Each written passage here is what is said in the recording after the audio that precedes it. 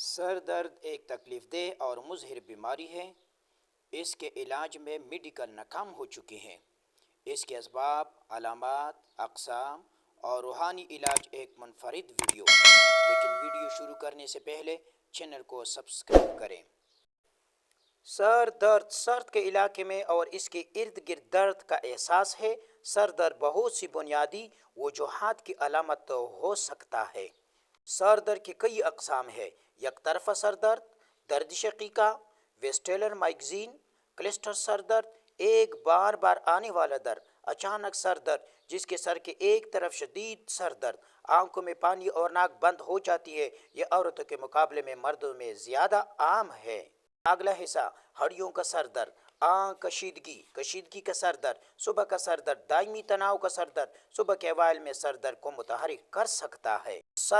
وائکلوجینک سر درد، اسے ثانوی سر درد کے نام سے بھی جانا جاتا ہے کیونکہ درد کا مقام اس کے مقام سے مختلف ہو جاتا ہے۔ یہ زیادہ تر سروائل ریڑھ کی ہڈی سے وابستہ ہوتا ہے۔ کشیدگی کا سر درد، مندر سر کی طرف برف سے جھکنے والا سر درد۔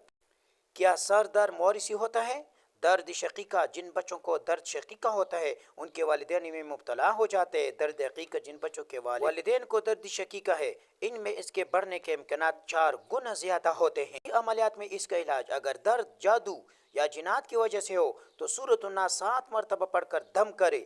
جادو جنات کے مریض پر الم تری الی ربک کیف مد وذل ولو شاء لجعلہ ساکنا، الم تری الی ربک کیف مد وذل ولو شاء لجعلہ ساکنا۔ اگر کوئی سر درد کے وظیفے کا عامل بننا چاہتا ہے تو وہ 21 دن یہ آیت 101 بار ایک جگہ پر بیٹھ کر دیا کرے۔ اس کے بعد روزانہ 3 بار معمول بنائے۔ اس عامل کو اجازت ہے جس نے میرا چینل سبسکرائب کیا ہو۔